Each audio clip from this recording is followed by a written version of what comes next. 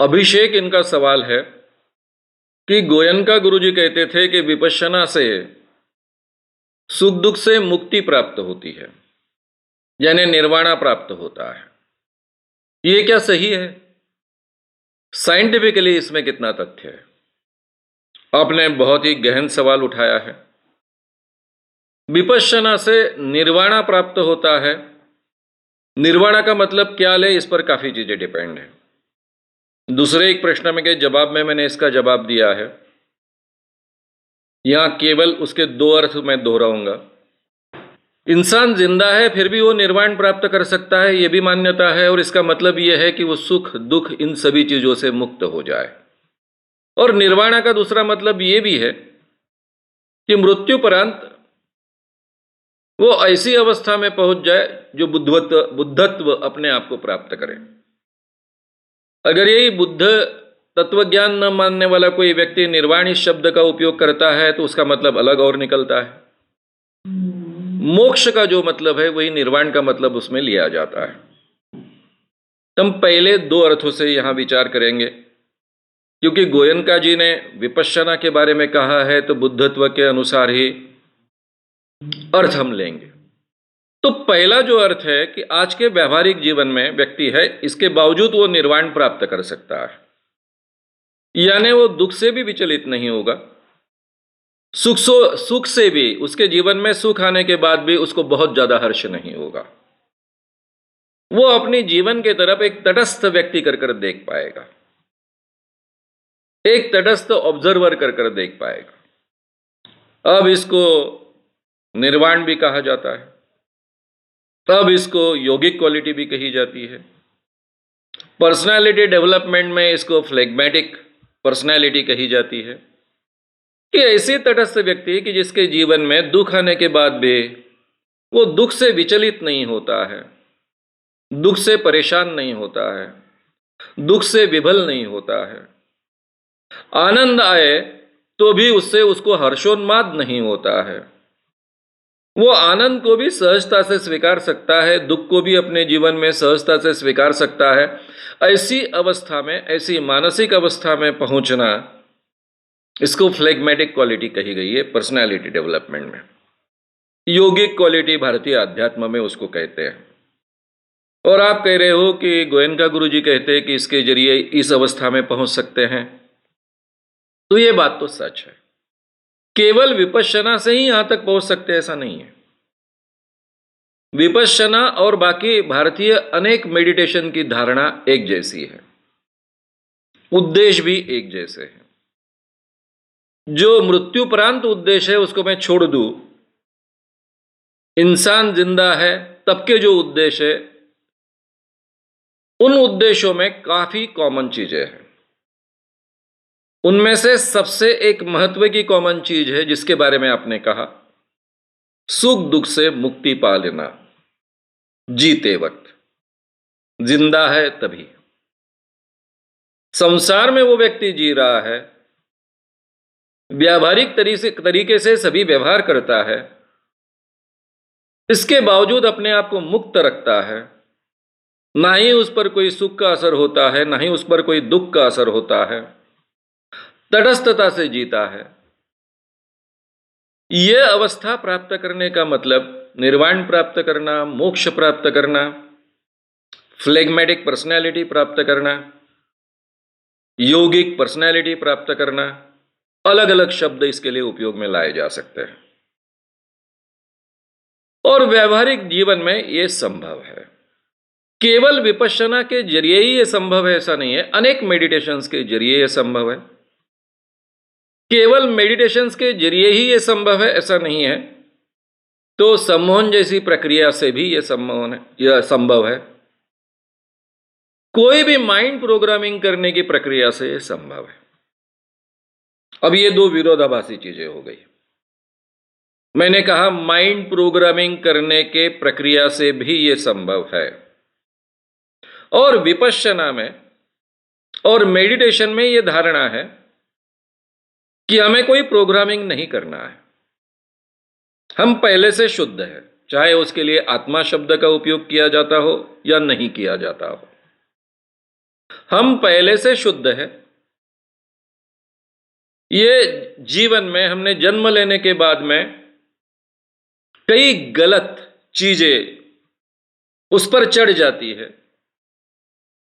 उनको हमें दूर करना है, उनसे हमें मुक्ति पाना है और हमारा जो अंदर से शुद्ध स्वरूप है उसको हमें प्राप्त करना है। ये धारणा विपश्यना में है, ये धारणा मेडिटेशंस में भी है, कई भारतीय मेडिटेशंस में है।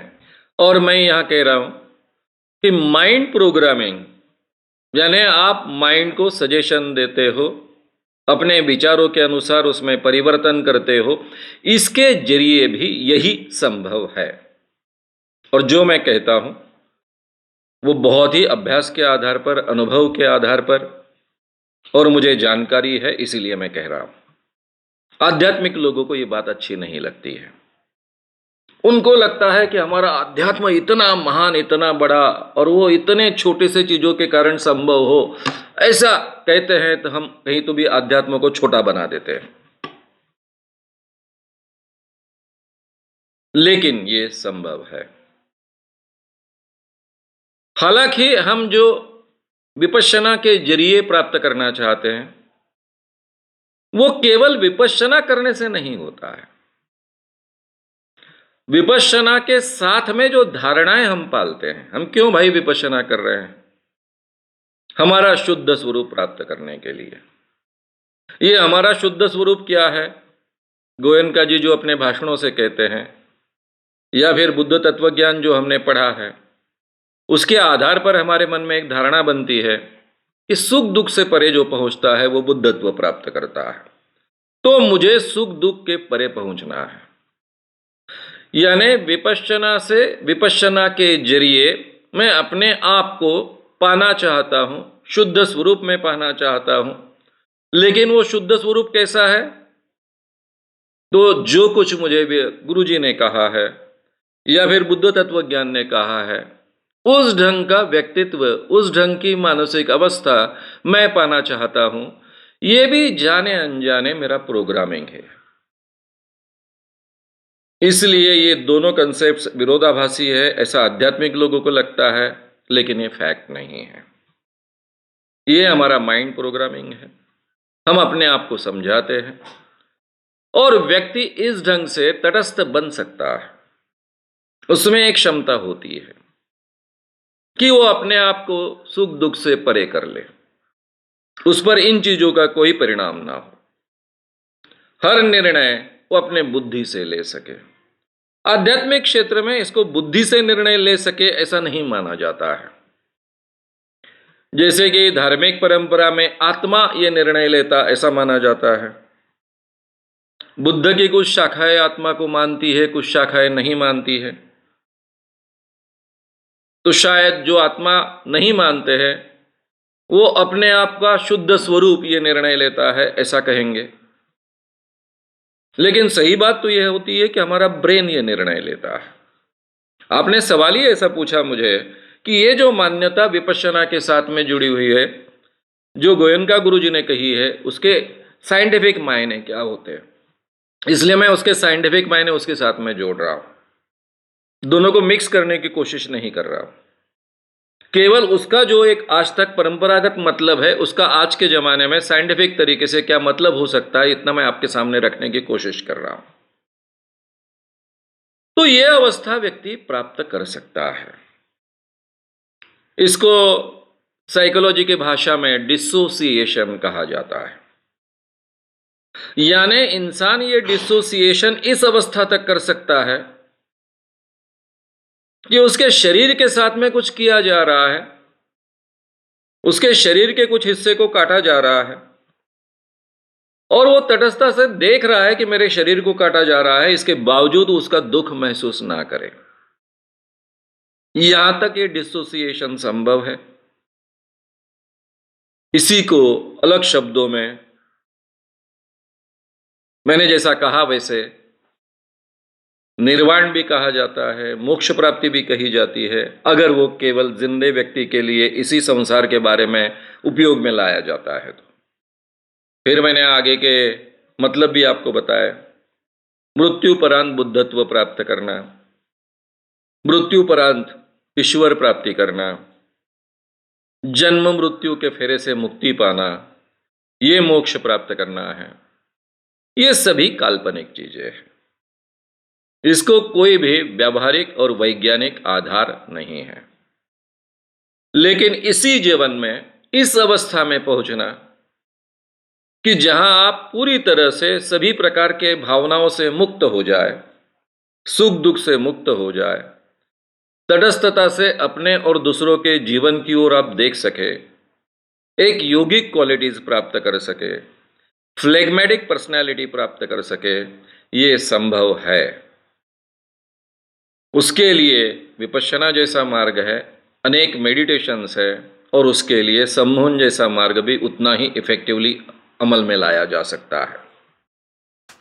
अगर आपको ये वीडियो पसंद आया हो तो उसे ज़रूर लाइक करें, लोगों में ये अवेयरनेस फैलाने में हमारी मदद करें, वीडियो को ज़रूर शेयर भी करें। तो हमारे YouTube चैनल श्याम मानव को विज़िट करें। ऐसे सारे वीडियोस का आनंद लेने के लिए हमारे चैनल को सब्सक्राइब करें, उसके लिए सब्सक्राइब बटन दबाएं। नए वीडियोस का नोटिफिकेशन पाने के लिए बेल आइकन दबाएं।